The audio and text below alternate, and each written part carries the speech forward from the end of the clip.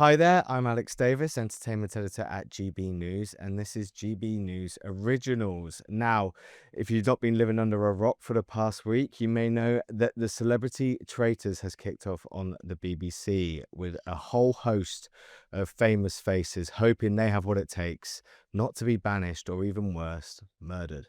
Now, who better to talk us through the Traitors than somebody who's been at the roundtables themselves? From last year's series, we got Nathan on the line. Nathan, how are you? I'm very well. How are you? Yeah, good, thank you, mate. Good. So I guess there's only one place to start really with this current crop is the lineup of celebrity traitors. What do you make of it? Have you got any favorites already? Alan Carr, straight off the bat. I mean, look, he's brought so much entertainment. But when I saw the lineup, I'm going to go back to something that I made a comment on months ago. I genuinely thought Ricky Gervais was going to be in the show, and I thought I would have loved to have seen him. And then I saw the lineup. I mean, Jonathan Ross is fantastic. Paloma Faith. There's so many characters in there. I thought, what a great bunch of people to have. But obviously, we know that a few of them know each other. So, is there going to be some conniving going on or real backstabbing? And I think we actually saw that from episode one, right, where Alan Carr had to go in and kill his best mate, which I thought was brilliant. But did he have the backbone to kill somebody else? Because he just said, "Oh, should we go into the kitchen and make a tea?" And Paloma come in. The other lady went out. I can't remember her name. And he had no choice to kill her, right? He had to murder her, which I thought was brilliant. But at the top of it, like Alan Carr, brilliant. And I love Nick Mohammed as well. I think what a smart guy. From that puzzle he did straight away, I thought this guy's on a mission. But yeah, Nick Mohammed, Jonathan Ross. I mean, we'll go into Jonathan Ross's comments shortly, but yeah, Charlotte Church, PAA Sue, what a great character to have on. So yeah, the lineup's brilliant. So well done to Studio Lambert for getting those people in. I do, because I remember speaking I actually spoke to you at the National Reality TV Awards, and you mentioned the Ricky Gervais thing then, and I'd have loved to have seen Ricky Gervais in there. It would have been ridiculous. But do you think leaving someone like him out, do you think the BBC have played it maybe a little bit too safe with this year's lineup? Or do you think fair play to them, they've got some big names in there, get it off to a flying start? You can't have everyone in the show, right? You can't. And whether it was a timing thing or whatever it might have been, but I thought they've got a good mix of people, a nice balance, and we know these celebrities already, and we know what their values are and what they like doing. So they've got a really good mix of people. So fair play to Studio Lambert for getting those people through the door because yeah, it's good. It's good. Yeah, to get all of those people in one spot would have taken some doing. I really, Absolutely. I love Alan Carr like yourself. I think Alan Carr's done really well so far, but he's not. I don't know whether he's got what it takes to actually last as a traitor. He's already been talking too loud to his fellow traitors. Like you said, the Paloma Faith thing, I think that was more just on the spot rather than any part of a conniving Bland. long-term plan. Yeah. Yeah. Do you think he's sort of destined to be found out? Yeah. 100. He'll probably end up telling everyone that he's a traitor before being banished or killed at the round table. So I think he'll shoot himself in the foot, but I think it'll be classic TV. I mean, I think it'll be TV gold because some of the stuff he's doing is brilliant, and how they've edited it and how it's come out. It's just brilliant to watch. It really is good to watch. And you mentioned about Jonathan Ross, and he's had a few little. I think Jonathan Ross is like a brilliant little puppet master, really, in the background. What have you made of his performance in the castle so far? Well, Jonathan Ross has been around the block, right? He knows his way through this, and he knows showbiz, and he knows how to get what, like you said, he is a puppet master. But he came out and said some interesting comments today about he wouldn't recommend anyone doing it, which I think is a bit bizarre. And I don't know why he'll go down that route because, look, the show's not going to be for everybody. It's a really intense game. And I suppose as we watch a bit more, maybe hopefully, we'll understand a little bit more why he's come out and said that. But Jonathan Ross, sorry, go on. No, yeah, I was just going off the back of that. From what I could tell reading his seemed to be from some sort of moral standpoint. He said that he didn't like lying to his friends and stuff, but surely you know that when you sign up to the game. it's a game. Like, Yeah. this is a thing. Like, it's a game. You go out, you go into that game for yourself. And it's probably another something else I wanted to discuss with you about being a celebrity version and a non-celebrity version, where a non-celebrity version is, everyone's out for themselves. It's not a bit of fun. It's actually quite serious. Like, you're there to play a game and you're there to win money. And I think watching the celebrities is a bit more comical. Maybe it's a bit more light-hearted. It's maybe not so intense. Um, but you go into that game with the intention of lying, especially if you're a traitor. And if he's saying, I want to be a traitor, then play the game. Like, it's the best way to play it as a traitor. Like, most people would love to be a traitor. So just enjoy it. It's a bit of fun. It's a great game to play. I mean, I loved every minute of it. But I mean, there are people, for instance, in the game where you just think, Kate Garraway, for instance, let's just go with Kate. People saying, oh, she's overplaying it. She is also just being herself. That is just Kate Garraway being Kate Garraway. And as a faithful, you think you should just be yourself. However, when I was there, just being myself got me caught out straight away. So you have to go into the game, whether a faithful or a traitor, just being a little bit under the radar and just being conscious of your actions and what you say, because otherwise you'll be a suspect straight away. Do you Like, think? people are judging Nico. Yeah, do you think it's sort of with the Kate Garraway one, especially because, like you said, she is just being herself. She admitted that, like, she's just an over the top person. Would you call the targeting unfair? Do you think that's an unfair reason to go after somebody? No, no, you're suspicious of everybody. Like, you're going to a place where you trust no one. So if somebody makes something out, unusual, or someone says something maybe slightly out of character, maybe they don't know Kate Garraway's character, they don't see her every day. So all of a sudden, someone's being, oh my God, so dramatic. And all of a sudden, you know, it's, oh, she must be a traitor. It's like, come on, this is madness. So people have to just play the game. And if you're a faithful or a traitor, you need to keep under the radar. What did you make of Claudia's traitor picks? Jonathan Ross, Cat Burns, and, like we mentioned, Alan Carr. Do you think they were the best three to put forward? Oh, probably. I mean, look, Alan Carr had to be a traitor. I think Stephen Fry could have been quite a good one as well, because he's like, he's part of, he's on national heritage. He's a legend. And I just would have loved to have seen him, how he would have played that. But no matter who you pick, there will always be somebody else you think that would have been a great option as well. You can only pick three, right? So, or two or three. So I thought, great mix of people, really good mix. I tell you what, I've got a bit of a theory about Stephen Fry. I think Stephen Fry is going to win it purely.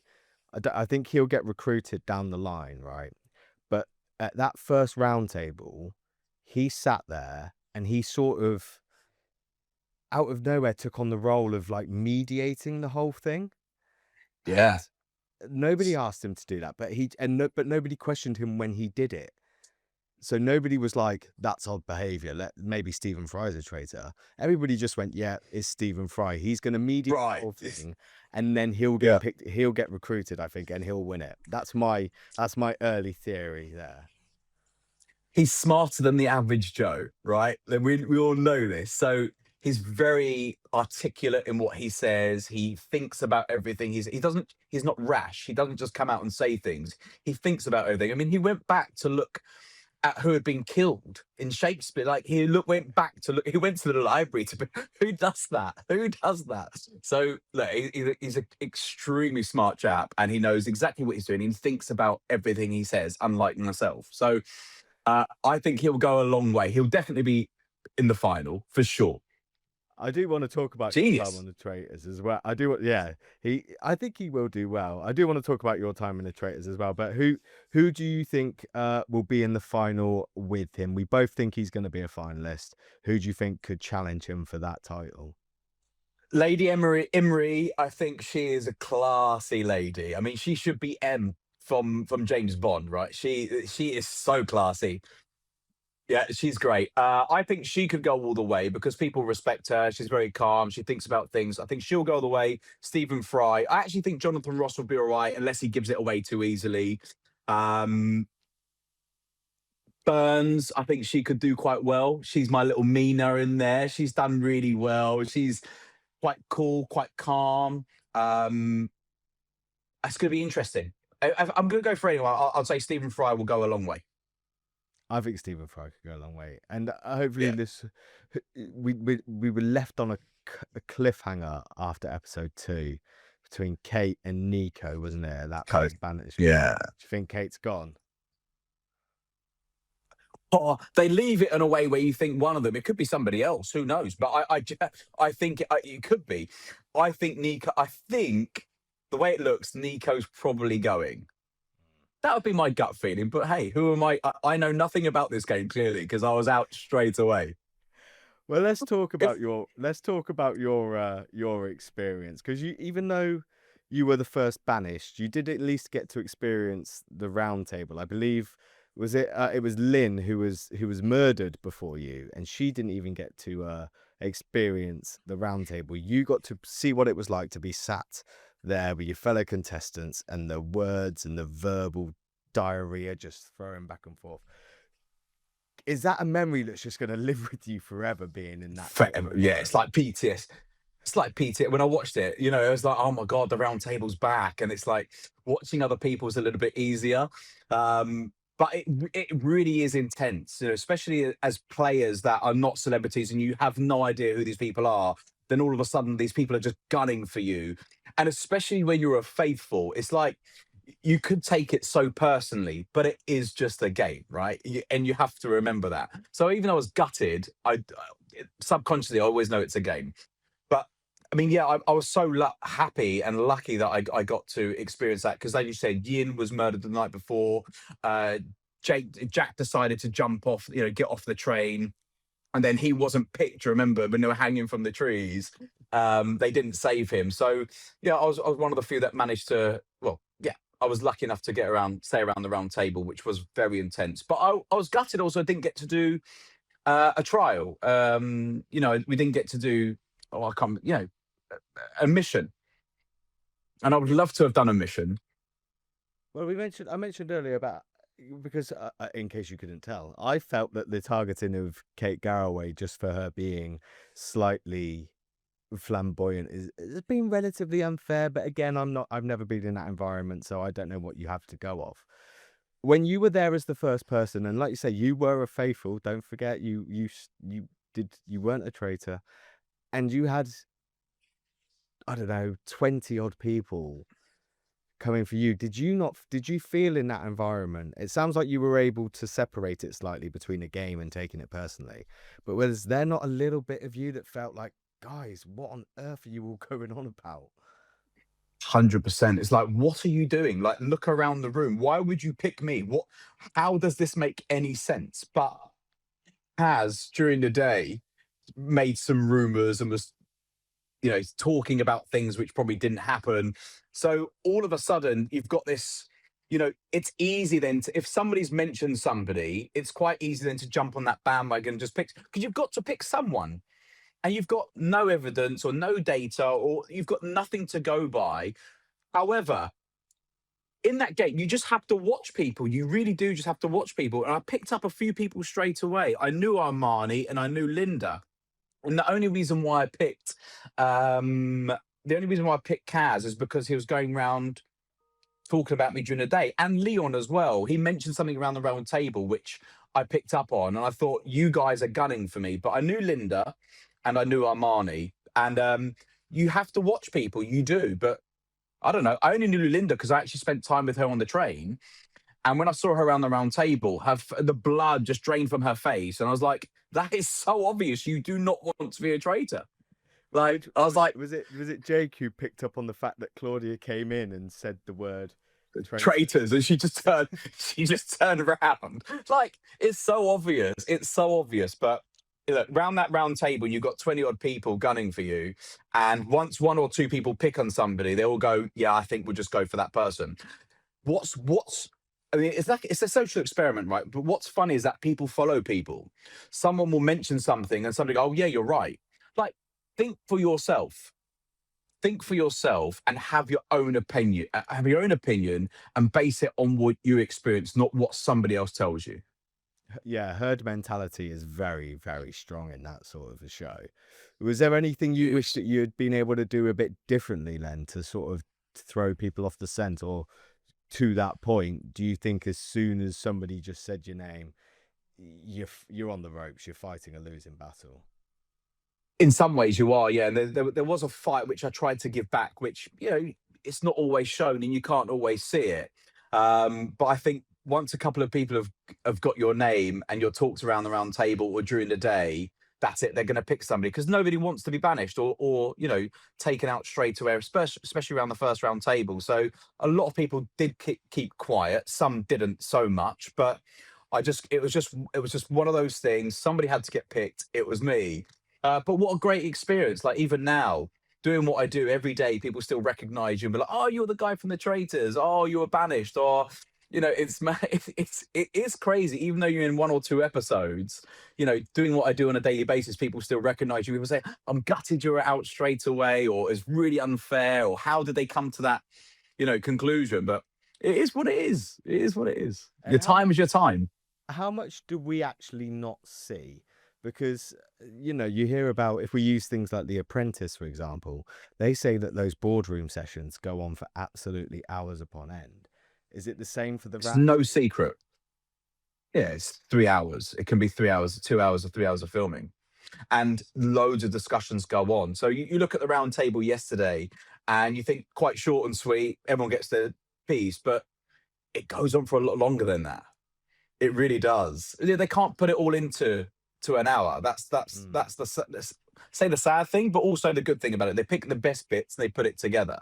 So then the round tables are intense. They go on for a long time, but it's really good. Like it is really good. Like you're nervous, you're excited, you're scared, you're trying to plot or trying to plan things on other people. It's brilliant. It is really good. Like I think that's one of the best experiences I've ever had. I literally could not doubt you. I'd love to do it one day in some form, hopefully. But going back You can to do a live experience. Sorry, go yeah, on. I've heard that. Or just get the board game and do it cheap at home. I might just have to try. Yeah. Try to one of those. Talking about sort of the amount that gets left out, one thing f- I watch a lot of television, a lot of things like Strictly, Big Brother, I'm a Celeb, all of that. One thing that I think the Traitors has done, whether it's done it well or it's done it to its advantage, shall we say, is it stays relatively apolitical. A lot of the conversations in that they put on screen between the contestants is very traitor based, traitor heavy. When you're on that show, are you able to, speak to your fellow contestants? Do you talk about what your goes on in real life or your own opinion? Yeah, Is it absolutely. literally just all about the traitors that we see on the screen?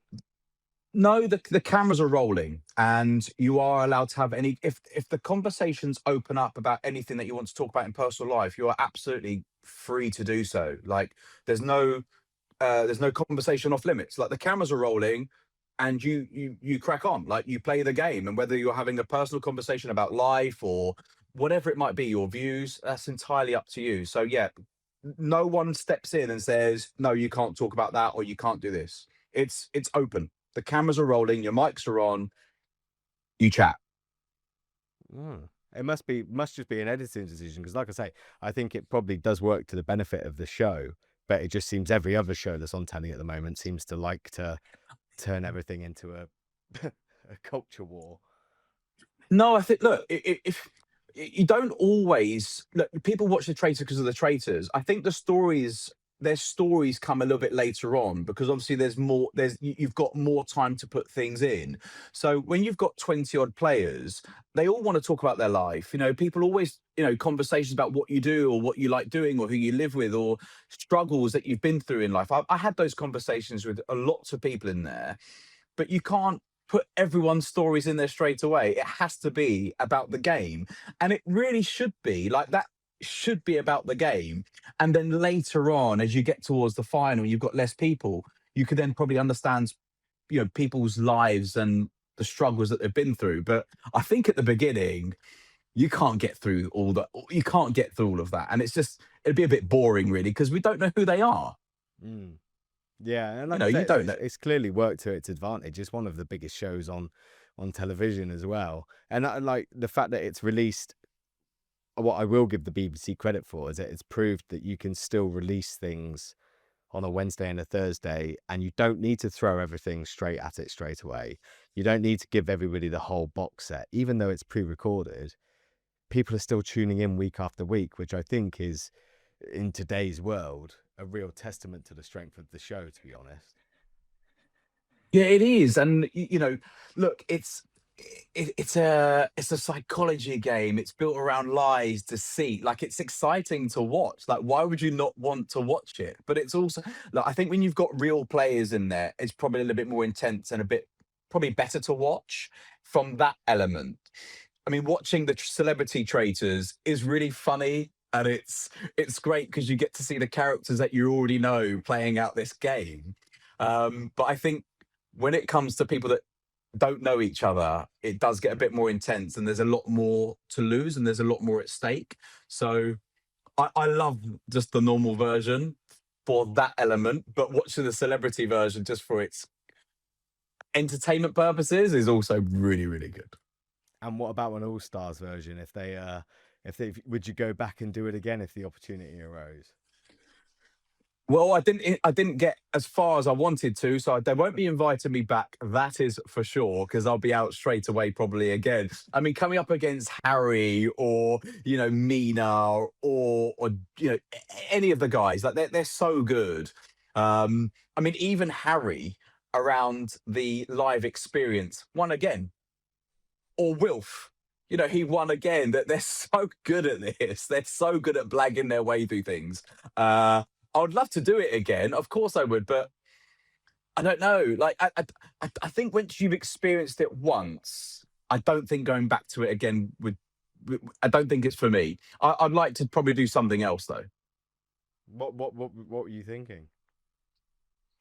Look, I love TV. I love the cameras. I love to do presenting. I think that's something that we're looking into at the moment, doing some presenting work, whether it's around property or presenting in reality TV in some ways. But I don't think going back to it would be for me. I would always recommend people doing it because it is a brilliant experience, but I don't think that I would go back. Well, that's quite a nice segue. So, what is it what's life been like for you after the Traitors? What is it you're up to at the moment, and what have you got in the pipeline?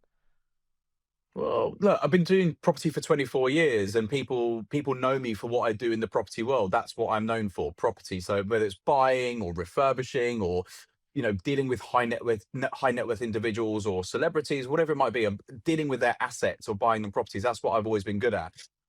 So it's going down a show of something along those lines. The truths behind how these property transactions are done. So it's like, sort of, imagine like a you know, under the hammer times a selling sunset, somewhere in the middle, but you actually get to see what exchanges are done, how these conversations, all these phone calls that you never get to see, having those shown on TV, I think would be an interesting watch. People don't seeing the beautiful houses is one thing, and homes under the hammer, how the deals are done.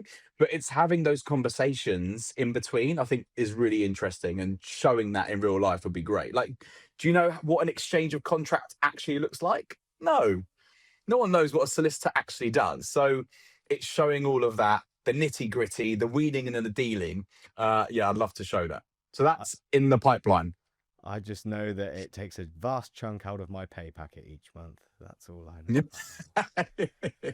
Um, it's it's yeah. I think a show around that is what we're working on. That's in the pipeline. But other than that, we just every day hustling in London, trying to get deals done, selling loads of houses and buying loads of houses.